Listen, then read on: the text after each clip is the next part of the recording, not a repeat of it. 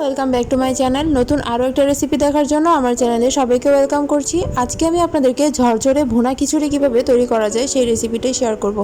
আশা করছি পুরো সময়টা জুড়ে আপনারা আমার সাথেই থাকবেন। এখন আমি চলে যাচ্ছি মূল রেসিপিতে। এখানে আমি 2 কাপ পোলাও চাল নিয়েছি। চালগুলোকে আমি খুব ভালো মতো ধুয়ে একদম পানি ঝরিয়ে ঝরঝরে করে নিয়েছি। আর সাথে হাফ কাপ নিয়েছি মুগ ডাল, হাফ কাপ নিয়েছি মসুর ডাল।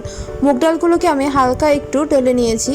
আজকে এখানে আমি চিনি গুঁড়া পোলাও চালটা নিয়েছি। আপনারা চাইলে কিন্তু অন্য যে কোনো অ্যারোমেটিক রাইস অথবা বাসমতি রাইসটাও কিন্তু ইউজ করতে পারেন।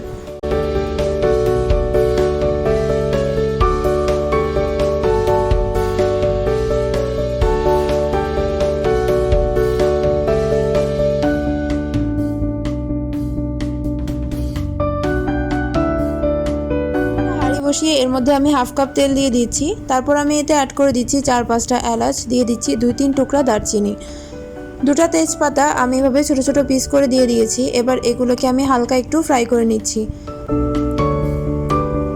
এখন এতে আমি অ্যাড করে দিচ্ছি প্রায় হাফ কাপের মতো পেঁয়াজ কুচি। পেঁয়াজগুলোকে হালকা একটু ফ্রাই করে নিচ্ছি। খুব বেশি ফ্রাই করার প্রয়োজন নেই, হালকা একটু ব্রাউন কালার হলেই কিন্তু হয়ে যাবে। করে দিচ্ছি 1 চা চামচ আদা বাটা এবং 1 চা চামচ রসুন বাটা। এগুলোকে আমি হালকা একটু ফ্রাই করে নিচ্ছি। এই পর্যায়ে এতে আমি অ্যাড করে দিচ্ছি 3 টেবিল চামচের মতো পানি। পানিটা অ্যাড করার কারণ হচ্ছে যাতে করে মশলাগুলো পুড়ে না যায়। এখন এতে আমি হাফ চা চামচ হলুদের গুঁড়া দিয়ে দিচ্ছি, আরও দিয়ে দিচ্ছি হাফ চা চামচের চেয়ে একটু বেশি লাল মরিচের গুঁড়া।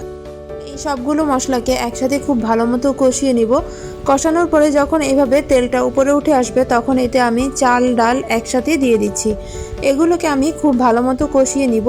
এমনভাবে কষাতে হবে যাতে করে চাল ডাল সবগুলো খুব ভালো মতো একদম ভাজা ভাজা হয়ে যায়।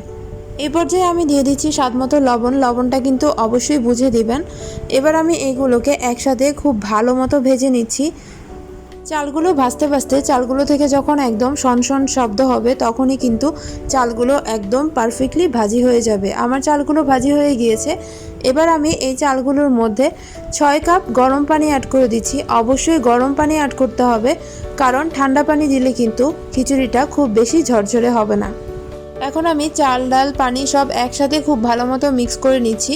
মিক্স করা হয়ে গেলে আমি এবার ঢাকনাটা ঢেকে দিব আর চুলার আঁচ মিডিয়াম হাইতে রেখে 20 মিনিটের মতো রান্না করে নিব।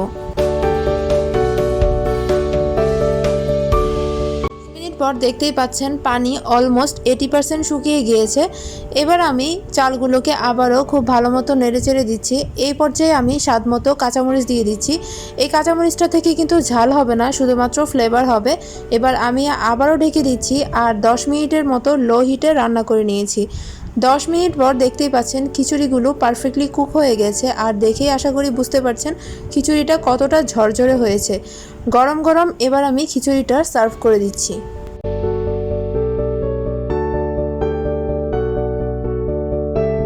আজকের এই রেসিপিটা আপনাদের ভালো লেগেছে, যদি ভালো লেগে থাকে অবশ্যই আমার রেসিপিটা শেয়ার করবেন ফ্যামিলি অ্যান্ড ফ্রেন্ডসের সাথে। লাইক কমেন্ট করতে কিন্তু একদম ভুলবেন না। আর যারা আমার চ্যানেলে নতুন প্লিজ আমার চ্যানেলটা সাবস্ক্রাইব করবেন। আজকের মতো বিদায় নিচ্ছি। সবাই ভালো থাকবেন, সুস্থ থাকবেন। আল্লাহ হাফেজ।